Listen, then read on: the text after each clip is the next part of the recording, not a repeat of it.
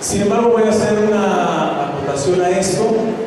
Siempre he afirmado que antes que ser expertos en la materia de fiscal o ser expertos en la materia de auditoría, nuestra esencia, nuestra sustancia económica, si queremos equipararlo con un postulado básico contenido en las NIC, es que debemos ser expertos en la materia contable, debemos dominar la contabilidad. Si no domino la contabilidad, pues no voy a poder incorporar los efectos fiscales de lo que en un momento determinado pudiéramos denominar como una planeación a la información financiera.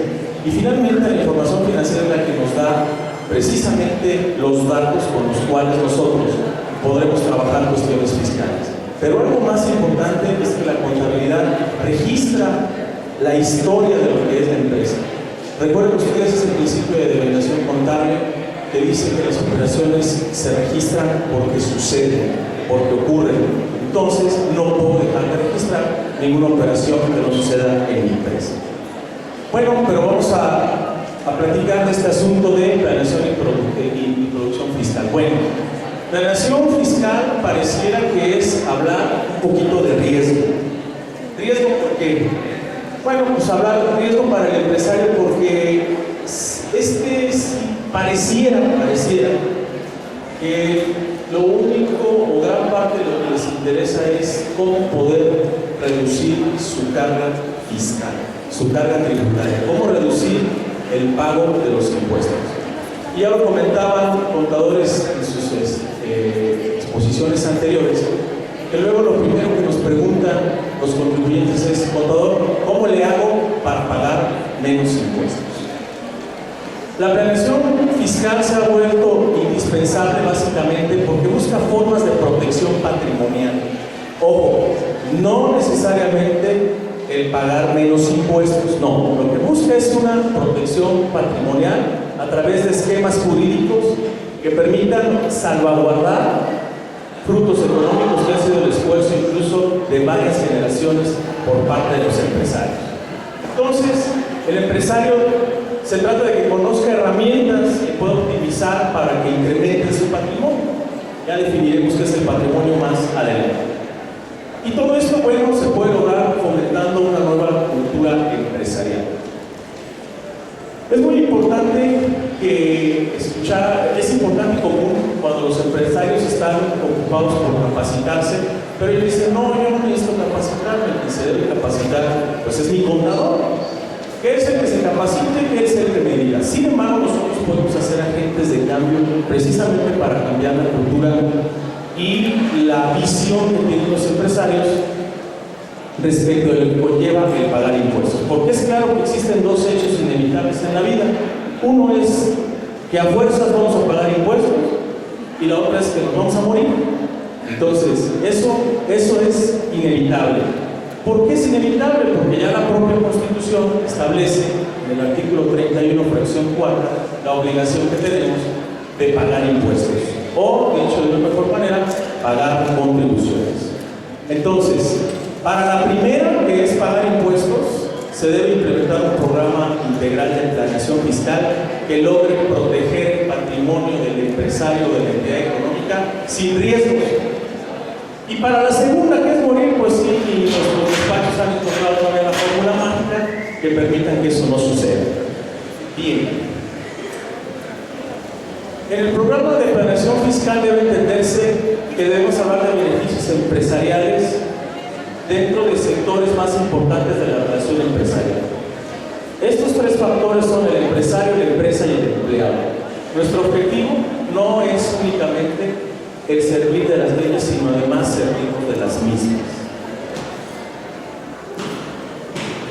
Relación jurídico-tributaria. Los que ya han llevado el fiscal 1 por ahí de quinto semestre, pues ya saben que es el vínculo jurídico constitucional para que el Estado, en su carácter de ente soberano y sujeto activo de esa relación, pues sea, en primer lugar, el obligado a recaudar las contribuciones.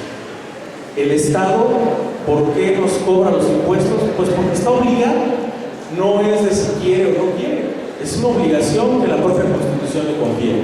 Entonces, está obligado a recaudar las contribuciones, pero además más administrarlas y después hacérselas llegar al sujeto pasivo, que en este caso es el contribuyente, entendido por contribuyente personas físicas y personas morales, que van a ser las que se desprenden de una parte de su patrimonio, de su riqueza, y le entregan al Estado a través de las contribuciones para que éste pueda llevar a cabo su actividad de Estado.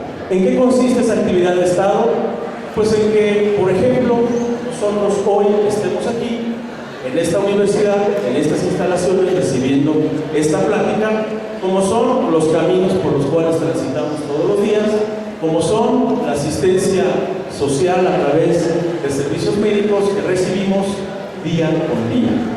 Ahí es el destino que se entiende debe ser, en su totalidad, el fin de las contribuciones.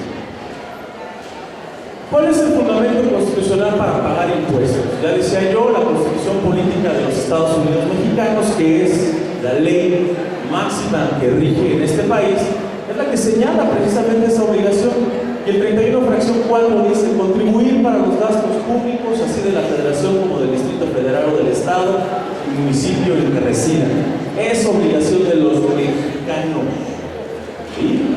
Entonces, por eso decíamos, si algo es cierto, es que vamos a pagar impuestos y que nos vamos a morir. El artículo 73 faculta al Congreso de la Unión, que está conformado por Cámara de Diputados y Cámara de Senadores, para que éste imponga las contribuciones que sean necesarias para cubrir el presupuesto de la Federación. Entonces, en su fracción 29ª, dice: establecer contribuciones sobre el comercio exterior, especiales sobre energía eléctrica, tabacos labrados, gasolina, cerillos, fósforos, etcétera, etcétera. Entonces, estos son artículos, fundamentos constitucionales para pagar impuestos. ¿Cuál otro? El pequeño fracción cuarta, en su fracción cuarta, dice: contribuir para estos gastos públicos de manera proporcional y equitativa. Estos dos principios constitucionales, ¿a qué se refieren? Proporcional. Quiere decir que entre más grande es el sapo, pues más grande la pedrada, ¿no?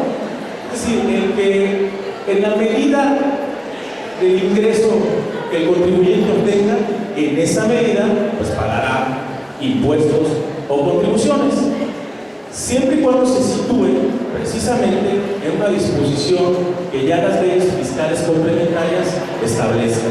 Entonces, si por ejemplo aquí Nicolás gana 1 millón de pesos al mes y acá la jefa de grupo gana 2 millones de pesos al mes, atendiendo este principio de proporcionalidad, ¿quién tendría que pagar más impuestos? ¿Nicolás o la jefa de grupo? ¿Quién? No los oigo. ¿Quién?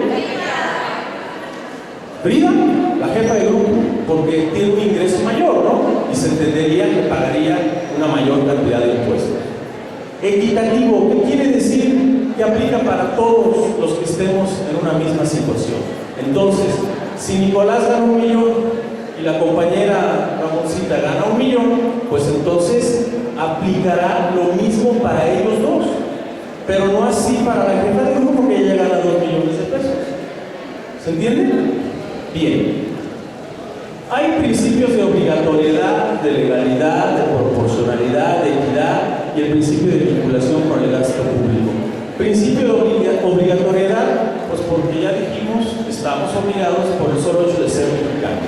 Legalidad, porque deben de estar contenidos en una ley. Para que nosotros nos sea aplicable una disposición fiscal, esta tiene que estar contenida en una ley. Proporcionalidad, ya lo veíamos, en función del ingreso que obtengo. Equitativo, también, que me aplica por igual a todos los que se sitúen en una misma situación jurídica o de hecho que prevengan las leyes. Y el principio de vinculación con el gasto público, en el sentido de que el destino de esas contribuciones será precisamente para cubrirlo. Y viene aquí la planeación fiscal. Es una disciplina que permite colocarse en la mejor situación que la ley prevea de acuerdo a las actividades de un sujeto, con el propósito de optimizar sus recursos y cumplir con todos los requerimientos fiscales. En ningún lado se está diciendo que vamos a evadir el pago del impuesto. En ningún lado.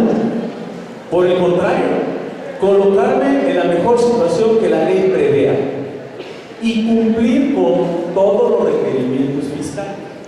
No es una política que busque evadir el cumplimiento de las obligaciones, sino por el contrario.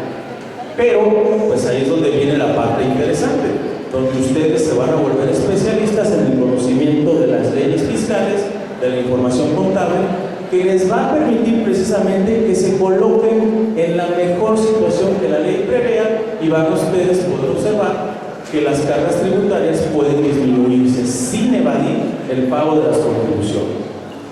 La planeación en sí misma no implica un riesgo, sino por el contrario lo evita y da seguridad fijando el rumbo con certidumbre. No se trata de hacer las cosas nada más porque se me ocurren, no, o porque tengo mucha imaginación, que se debe de tener mucha imaginación, pero sobre todo se debe tener mucha disciplina a la hora de estar estudiando. Por eso cuando les pregunto a los muchachos de los primeros semestres por qué quieren ser licenciados en contaduría o contadores públicos, me dicen, es que a mí no me gusta leer y aquí nada más voy a ver números. Y uy, compañero, pues yo creo que ya se equivocó, porque todos los días tienen que leer, todos. La elusión fiscal son maniobras que el contribuyente realiza para evitar o disminuir la carga tributaria, pero sin cumplir ninguna obligación fiscal. Sin embargo, es una figura que al fisco tampoco le gusta. No se realiza el hecho generador y se obtienen resultados económicos que se pretendían grabar. ¿Cuáles son las obligaciones empresariales? La empresa se encuentra aquí, tiene obligaciones mercantiles por las operaciones que realiza y que interviene con terceras personas, que pueden ser sus clientes, por ejemplo, y principalmente. Pueden ser también sus proveedores, sus acreedores, porque la empresa finalmente vive. Recuerden ustedes ese postulado básico de la dualidad económica, donde dice que las fuentes de los activos son precisamente los pasivos y el capital, y no puedo tener un activo si primeramente no tuve un pasivo o un capital. Como ven, es cuota básica que sin embargo aplica para estas cuestiones. ¿Sí me escuchan bien? ¿Sí? Bien. Obligaciones laborales, pues porque tienen relación precisamente con su planta productiva, con sus empleados, con sus funcionarios, con sus trabajadores, con sus contadores internos, con sus administradores, con sus licenciados en informática, y por supuesto que tiene obligaciones con ellos. Una de ellas es precisamente contribuir pagando las aportaciones de seguridad social a que le obliga la Constitución y a que le obliga la Ley Federal del Trabajo. Fiscales, pues todas las que tienen que ver precisamente con el cumplimiento de impuestos, de aportaciones de seguridad social, de contribuciones de mejoras, etcétera, etcétera. Todas esas que están contenidas en el artículo 2 del Código Fiscal de la Federación. Y civiles que pueden resultar de las que pueden tener precisamente con estos en un momento dado en que se llegara a tener un punto de controversia. Y otras, ¿cuáles más? Todas en las que la entidad económica puedan incurrir por el hecho de ser precisamente una entidad económica.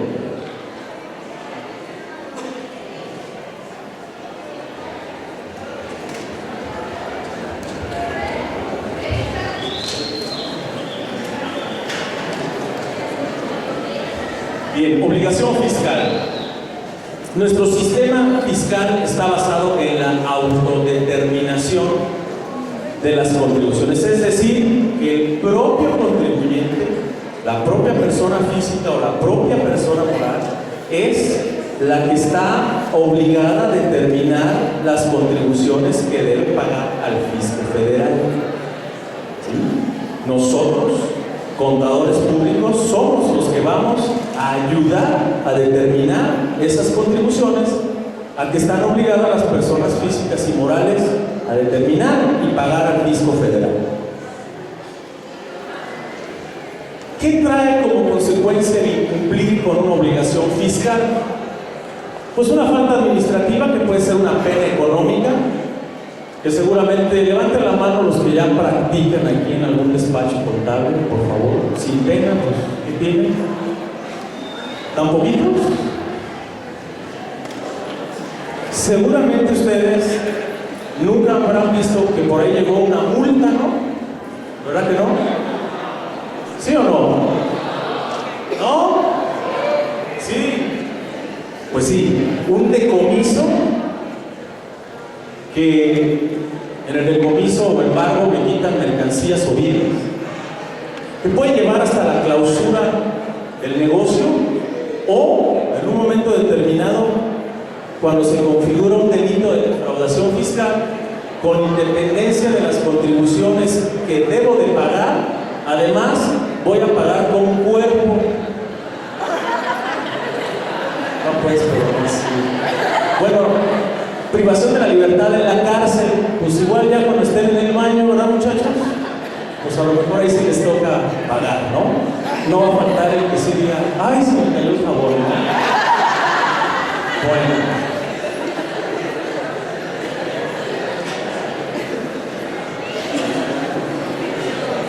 Bien. Rápidamente, las leyes fiscales y el derecho fiscal común. Tenemos el derecho público, el privado y social económico. El público está conformado por la constitucional, sanitario, administrativo, marítimo, penal, procesal, internacional, forestal, turístico, presupuestal, patrimonial, aéreo, monetario, el financiero por el fiscal, el crediticio, el derecho constitucional material por el formal, procesal, penal, internacional, el privado por el civil, mercantil, internacional, privado, el social económico, del trabajo agrario, de seguridad, de asistencia cultural. Oiga, contador, maestro, profe, ¿tengo que saber todo esto? Sí. ¿Tengo que conocer todo esto? Sí. ¿Me lo tengo que aprender de memoria como cuando leo para los exámenes? No. Las leyes no son para aprenderse de memoria, son para consultarlas, sí conocer su estructura, sí donde puedo encontrar yo los fundamentos jurídicos de una situación en particular, pero sí debo tener este conocimiento, por supuesto que sí. Obligación directa e indirecta. Obligaciones fiscales empresariales, por ejemplo, directas, bueno, impuesto sobre la renta, por ejemplo, 30%, impuesto empresarial a tasa única, 17.5%, impuesto al valor agregado puede ser 16%, puede ser 10% si estoy en la región fronteriza, por